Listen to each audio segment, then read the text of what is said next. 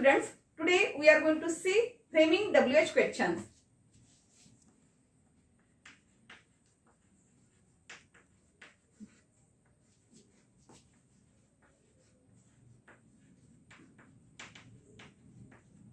चला तर आजच्या भागामध्ये whose या WH शब्दाचा वापर कशा पद्धतीने करायचा याविषयी बघूया. आता तुमच्या लक्षात आलं असेलच whose म्हणजे काय होते नेमकं. whose means कोणाचा, कोणाची, कोणाचे. मग आता अशा प्रकारे आपल्याला लक्षात घेऊन कशा पद्धतीने प्रश्न तयार करता येते या संदर्भात लक्षात घेऊया. चला let us see example. She stole his watch. Underline कशाला केली आहे, फक्त हिज ला केलेली आहे. तर आपल्याला हिज त्याचं उत्तर आलं पाहिजे आणि तशा पद्धतीने प्रश्न तयार करायचा आहे. यासाठी ट्रिक्स मी तुम्हाला सांगणार आहे, त्या ट्रिक्सचा वापर करा. आता नेमकं whose केव्हा वापरायचा, मग त्यासाठी काही टिपिकल वर्ड्स लक्षात ठेवा. बघा ट्रिक्स साठी कोणते शब्द लक्षात ठेवायचे आहे. आपल्याला जर whose ने प्रश्न बनवायचा असेल तर यावेळेस या शब्दाला अंडरलाईन असेल तर सरळ सरळ तुम्ही काय करायचं आहे, कुठल्याही प्रकारे आली असेल तर अशा वेळेस whose ने प्रश्न बनवायचा. माय, हिज, हर, देअर, युअर, वर. पुन्हा बघा ट्रिक्स साठी कोणत्या गोष्टी लक्षात ठेवायच्या आहे. जर अंडरलाईन केलेला पार्ट फक्त मायला असेल, हिज, हर, देअर, युअर आणि अवरला असेल किंवा त्याचबरोबर अपॉस्ट्रोफी लागून जर एखाद्या नाउनला आलेलं असेल तर अशा वेळेस सुद्धा काय होत असते, whose ने प्रश्न बनवायचा असतो. ठीक आहे, चला एक्झाम्पल कडे वळूया. या ठिकाणी बघा शी स्टोल हिज वॉच दिलेला आहे. अंडरलाईन केला फक्त भाग कोणता आलेला आहे, हिज आलेला आहे.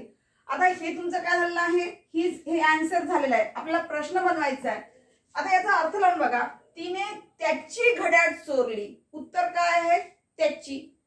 उत्तर काय तुमचं, फक्त त्याची आहे. मग त्याची मनासाठी कशाने प्रश्न बनवणार आहे, तुम्ही व्हेन पण वापरू शकत नाही.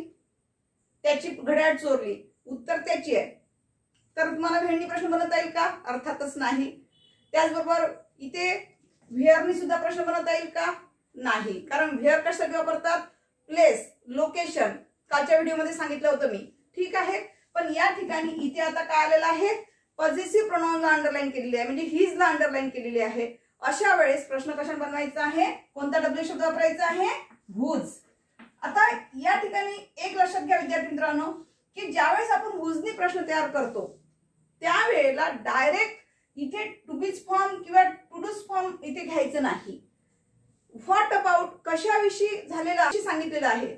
तर या ठिकाणी वॉच विषयी सांगितलेला आहे. तर हा जो वॉच आहे तर हा यानंतर घेऊन घ्या, म्हणजे whose नंतर whose वॉच. त्यानंतर दिलेल्या वाक्यामध्ये टू बीज फॉर्म दिसते आहे का, नाही. मग या ठिकाणी इथे काय आलेला आहे, सेकंड फॉर्म ऑफ वर्ब आलेला आहे, म्हणजे पास्ट टेन्स आलेला आहे. म्हणून वाक्यामध्ये पास्ट टेन्स जर असेल तर इथे टू डूज फॉर्म काय घ्यावा लागेल, डीड. डीड घेतल्यानंतर सब्जेक्ट घ्या शी आणि नंतर या ठिकाणी हे जे स्टोल आहे या स्टोलचं फर्स्ट फॉर्म यूज करा, म्हणजेच काय होईल, स्टील. आणि शेवटी क्वेश्चन मार्क. बघा आन्सर कसं तयार झालेला आहे, whose watch did she steel, म्हणजे तिने कोणाची घड्याळ चोरली होती. आन्सर काय आलं तुमचं, हिज. ठीक आहे, आलं लक्षात. चला नेक्स्ट एक्झाम्पल कडे वळूया. My father was a big landlord. A big landlord. Underline कशाला केली आहे, फक्त मायला. माय या ठिकाणी फक्त मायला अंडरलाईन केलेली आहे. तर आता या ठिकाणी तुम्हाला सांगितल्यानुसार ट्रिक्स काय लक्ष द्या. या ठिकाणी जो ट्रिक्स सांगितलेली आहे, कोणते शब्द आलेले असेल तर whose ने प्रश्न बनवायचा आहे. माय आहे, हिज असेल, हर असेल, देअर असेल, युअर असेल, अवर असेल, यापैकी कोणत्याही शब्दाला अंडरलाईन झालेली असेल तर अशा वेळेला सरळ सरळ प्रश्न कशा बनवायचा आहे, whose ने. या ठिकाणी सुद्धा तुम्हाला इथे कशाला अंडरलाईन दिसते आहे, मायला. म्हणजेच या ठिकाणी काय घ्यावं लागेल, whose. आता सरळ सरळ कुणाविषयी बोलत आहे, वडिलाविषयी. तर सरळ सरळ तुम्ही काय घ्यायचं आहे, ज्याच्याविषयी बोलते आहे तो शब्द whose च्या नंतर घ्यायचा, म्हणजे whose फादर. त्यानंतर टू बीज फॉर्म घ्या, was a big landlord.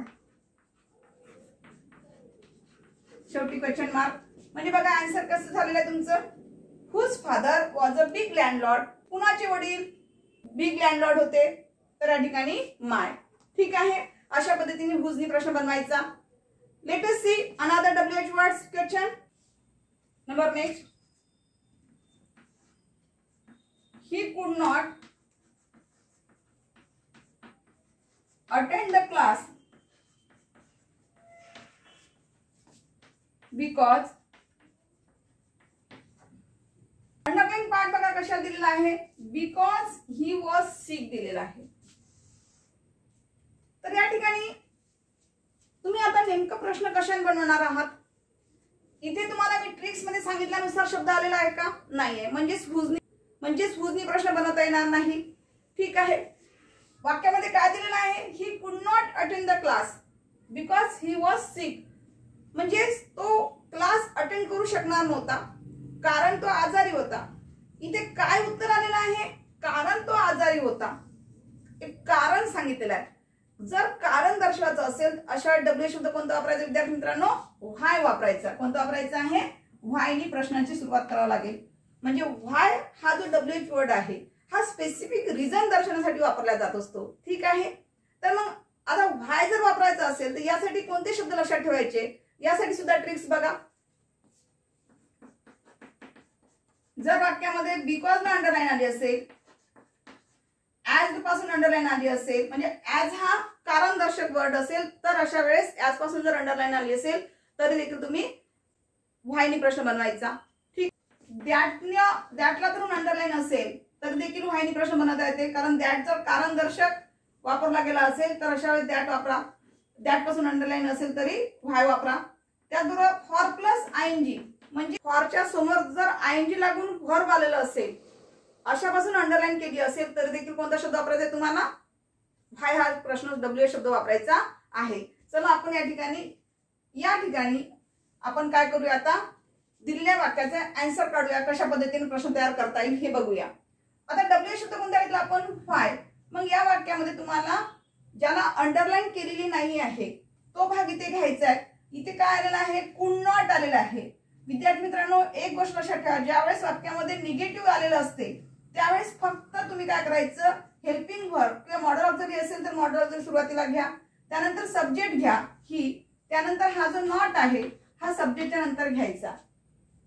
तुम्ही याही पद्धतीने करू शकता. म्हणजेच why could he not attend the class, attend the class question mark. किंवा याला ऑर मध्ये तुम्ही या पद्धतीने पण सोडू शकता, जसे की व्हाय कुडंट. जर आपल्याला शॉर्टकट यूज करायचं असेल किंवा शॉर्ट फॉर्म मध्ये यूज करायचं असेल नॉटचं, तर तुम्ही डायरेक्ट कुडंट घेऊ शकता. ही अटेंड दी क्लास या पद्धतीने सुद्धा तुम्ही प्रश्न तयार करू शकता. ठीक आहे, चला तर आजच्या तासामध्ये आज आपण हुजनी प्रश्न कशा पद्धतीने बनवायचा, त्याचबरोबर व्हाय या W शब्दाचा वापर प्रश्नामध्ये कशा पद्धतीने करायचा याविषयी माहिती बघितलेली आहे. In the next video we will see the next part of this topic. Thank you.